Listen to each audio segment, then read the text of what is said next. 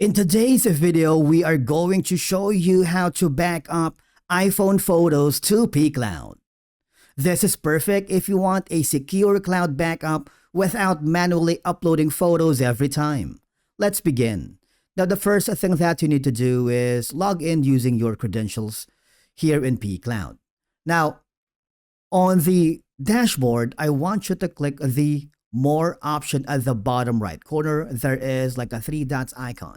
If you do, hover to where it says Settings, and then you would notice there is an option here.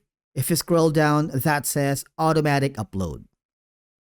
Click on it, and on the file type, you can choose from photos and videos. And of course, all you have to do at this point is just to back up automatically all the photos and videos. We're not gonna use the photos and videos because it would take a lot of time. Once you've selected that, basically go back again here. From my iPhone is backing up to my pCloud account. You see the numbers are changing, right?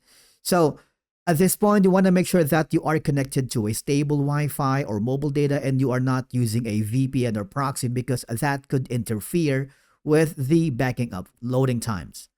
And basically, that's it for today's video on how to back up iPhone photos to pCloud. Thank you so much for watching, and we will see you again in the next video.